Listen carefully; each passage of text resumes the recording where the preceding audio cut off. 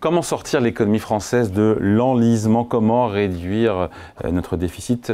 Y a-t-il un plan B pour sortir du piège de la dette? Eh bien, l'Institut Rexecode propose de parier finalement sur la croissance, sur la recherche et sur la productivité. Bonjour Michel Didier. Bonjour. Vous êtes le président de Rexecode. Pourtant, on a le sentiment que ça sera très difficile et pas sûr que ce soit voté du tout. Mais qu'en gelant toutes les dépenses publiques en volume, donc finalement pas de hausse des transferts sociaux, pas de hausse des dépenses publiques, à l'euro près on ne dépense pas plus. On pensait qu'à supposer que ce soit voté, et encore une fois on n'y est pas du tout, ce serait suffisant pour redresser les comptes publics d'ici 2030. Même ça ne marcherait pas? Oui, il faut en faire, aller dans le sens de la baisse des dépenses publiques pour baisser le déficit. Du gel, pas de la baisse, du gel. Oui, oh, du gel, de la baisse. Moi, déjà du gel, on va y aller doucement. Hein. Alors, moi je suis parti d'une réflexion un peu en amont, si vous voulez, pour que cette question s'insère dans une réflexion plus globale qui est où va notre économie, en fait, et où pourrait-elle aller dans un sens meilleur que ce qu'elle est aujourd'hui. Parce qu'aujourd'hui, on a à peine 1% de croissance. Mais voilà. oui. Notre nouveau rythme de croissance, c'est 1%. Mais oui. Ce n'est pas suffisant pour financer tous les besoins nouveaux. C'est ça le problème de fond. Et c'est aussi, à mon sens, mais je vais expliquer pourquoi, c'est aussi, à mon sens, la raison qui fait que la France est assez conflictuelle actuellement, parce que on a d'un côté des demandes, des attentes collectives, je dirais presque des besoins. La transition écologique, le numérique, oui. L'éducation, l'innovation. Oui, mais la transition écologique, il faut quand même se rendre compte que les travaux qui ont été conduits, y compris par nous-mêmes, d'ailleurs par Rexecode, il y a 2 ans, avec un économiste qui s'appelle Raphaël Trottignon, ont montré qu'il faudrait investir, en plus de l'investissement courant, 70 milliards de plus par an. Ouais. 70 milliards d'euros de plus énorme, par an. C'est énorme. Le rapport Draghi, lui, dit, pour la France, il faudrait 120 milliards, parce qu'il y a les 70, on retrouve d'ailleurs les 70, plus le numérique, plus la défense nationale maintenant.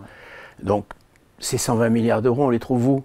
On produit aujourd'hui en France un accroissement, c'est-à-dire l'accroissement du PIB, ce qu'on appelle le PIB. Un petit pourcent. Qui est aussi le revenu national, de 1 point, en moyenne, en tendance.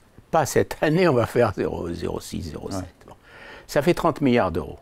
De plus, de richesses créées. De nouvelles richesses, de nouvelles créations de valeur. Avec ces 30 milliards d'euros, on ne peut pas investir 120 milliards d'euros de plus. Non.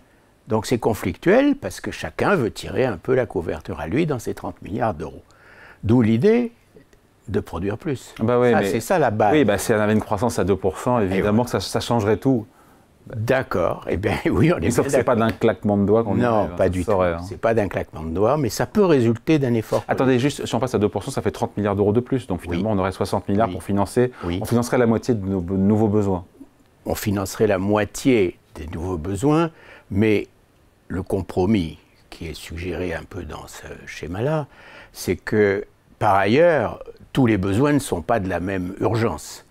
Et il y a, par exemple, dans la transition écologique, des besoins qui peuvent avoir un impact sur la croissance et d'autres qui n'en ont pas, parce que c'est une utilisation du revenu, puis c'est tout. Bon.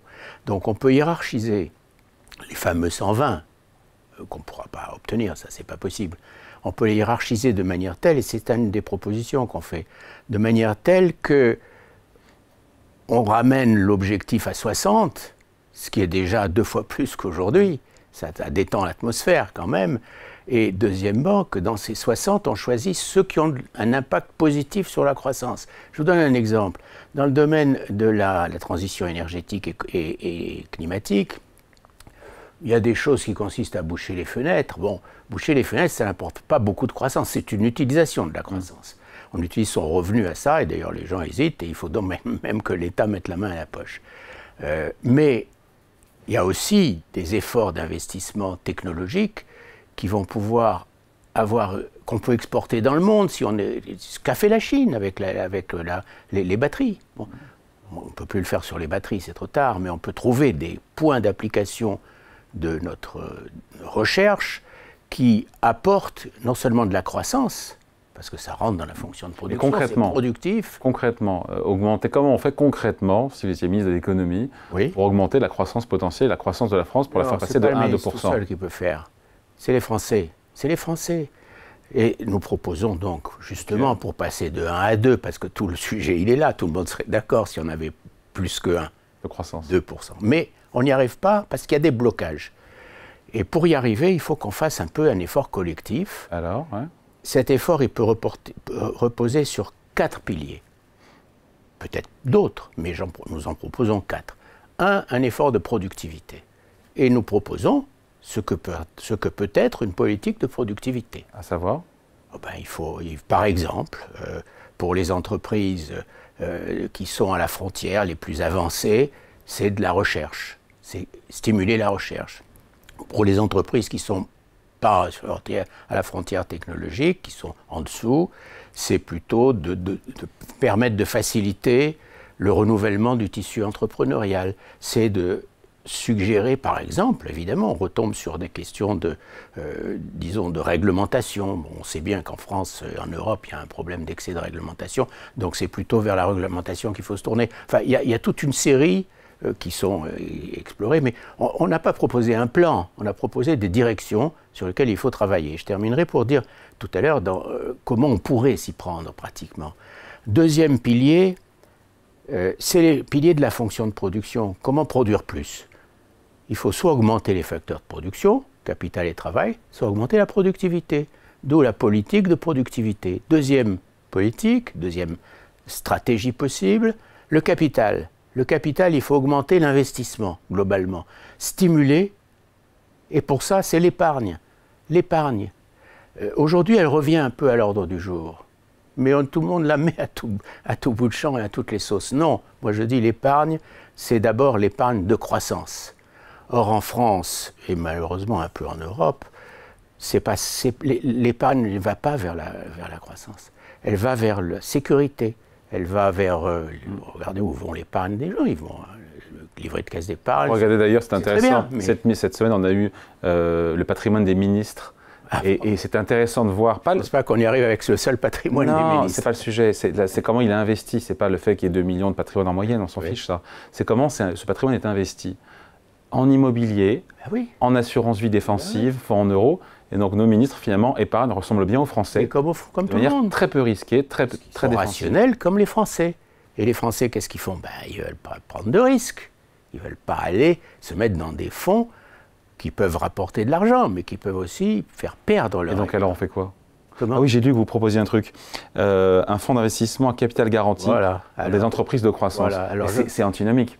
Le principe est dans une... quand on investit en action, on n'a pas de capital garanti. Hein. Non, justement, il faut. Non. Alors, qui prend le risque? Eh bien, le capital de croissance, c'est un capital qui, globalement, dans l'économie, est productif et rentable. Sinon, ça veut dire que l'investissement en France, ça va se contracter en permanence. Bon. Globalement, il l'est, mais pas individuellement, parce qu'individuellement, si on investit dans un fonds, d'ailleurs c'est le cas des FIP, des FCPI, vous savez bien que ça ne rapporte pas d'argent, in fine, bon, parce que c'est capté, etc. Donc, depuis plusieurs dizaines d'années, on s'évertue à essayer de pousser les Français à aller prendre du risque. Mais ils n'en veulent pas. Ils n'en veulent pas. Donc, ils ne vont pas vers l'épargne de croissance. Ils ne vont pas dans des fonds d'investissement de croissance. Ils vont dans l'immobilier, vous l'avez dit. Ils vont dans l'assurance vie. Mais l'assurance vie, ce n'est pas le but final. L'assurance vie, qu'est-ce qu'elle fait? Elle va investir en dette publique française, voire étrangère. Hein. Il y a de l'Italie. Qu'est-ce que ça apporte à l'économie française, ça? Ça permet au contraire au déficit public de se reproduire en permanence. Donc ce n'est pas ça qu'il faut. Il faut que l'épargne aille vers les fonds de croissance. Mais aujourd'hui, ils sont trop risqués. Donc il faut partager. Or, il y a un avantage collectif à ce que l'épargne aille vers le capital de croissance, c'est-à-dire le capital risque, le capital développement, etc. Il y a un avantage collectif. Donc la collectivité peut prendre en charge globalement. Alors est-ce que ça va coûter de l'argent? C'est ça l'argument contraire, c'est de dire mais attendez, vous allez augmenter le déficit public? Non, parce que globalement, si on mutualise cette épargne de croissance, globalement, elle va être positive. Au final, Michel Didier, Votre message, c'est qu'il faut poursuivre la politique de l'offre en France. Oui. Mais on l'a faite sous Macron depuis 2017 et on a toujours 1% de croissance. Oui, mais je crois qu'il faut... oui, alors il y a 1% de croissance. La politique de l'offre de Macron, ce qu'il a fait au début a réussi plutôt. Hein. C'est-à-dire que, par exemple, les parts de marché de la France se sont stabilisées en Europe. À défaut de baisser. À défaut de baisser, elle baissait depuis 2000. Il y avait une grande désindustrialisation française. L'emploi industriel a commencé à remonter. Timidement. Il y a eu la crise énergétique qui est arrivée là-dessus. Bon. Et il ne faut pas penser que la politique de l'offre, la fiscalité du capital, il l'a réformée dans le bon sens. Et il y a eu des retours. Bon. Donc on allait dans la bonne direction. Mais ça ne suffit pas. Ça suffit pas. Donc votre message, c'est qu'il faut stimuler, il faut une politique pro-croissance. Oui. Il faut repousser aussi l'âge de départ à la retraite, mais il faut aussi faire des efforts. Dans votre plan, il faut aussi... il n'y a pas de cure d'austérité, mais vous gelez aussi les dépenses publiques. Donc alors, tout le monde est mis à contribution. Vous avez parlé de la retraite. En effet, le troisième pilier, si vous voulez, en dehors de épargne, productivité, épargne, et troisième pilier, c'est le travail. Il faut travailler plus. Mais si on dit aux gens de travailler plus comme ça, ça ne marche pas. Bon. Si on leur dit vous travaillez plus, mais l'économie française va se développer, vous aurez plus de revenus nationaux à la fin, et on pourra enfin, peut-être, répondre aux besoins collectifs que nous avons. Donc il faut enclencher cette spirale positive pour d'abord éviter une spirale négative, parce qu'on est rentré, et c'est une des limites de la politique de l'offre. On a vécu à crédit. Mais oui, simultanément, on a fait du en même temps, je suis désolé, mais c'est archi battu maintenant, rebattu, mais on a fait de la politique de l'offre positive, mais en même temps on a laissé dériver le déficit public. Et maintenant on bute, non pas sur la crise, je n'y crois pas, mais on bute sur le risque, ce que j'appelle l'effet boule de neige, c'est-à-dire un déficit augmentant, ça fait augmenter la dette, même s'il est stable à 5,5%, ça fait augmenter la dette fait augmenter les charges d'intérêt, et les charges d'intérêt qui augmentent le déficit. Mais ça, c'est explosif. Alors, on arrêtera l'explosion, mais il faut faire quelque chose pour l'arrêter. Et le mieux, c'est la croissance. Voilà. Pas seulement, mais la croissance aussi. Pas seulement, mais la croissance arrangerait beaucoup de choses. Allez, merci beaucoup. Explication signée Michel Didier, le président de Rexecode. Merci à vous. Merci.